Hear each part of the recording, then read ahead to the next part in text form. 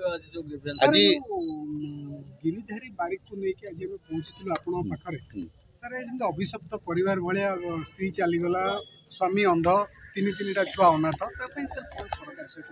आपण जानते जो आज आम आलोचना कलु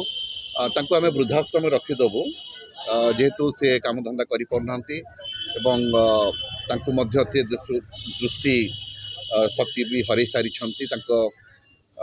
स्त्री इहलीला संवरण करने तेणु आम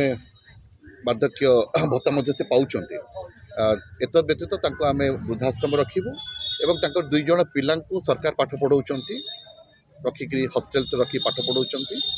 एवं जो झीटी पाखे अच्छी सी बर्तमान पाठ छाड़ी आम हस्टेल रखिक पाठ पढ़ेबू तेणु से बर्तमान जो बिक मागुंट भावुँ से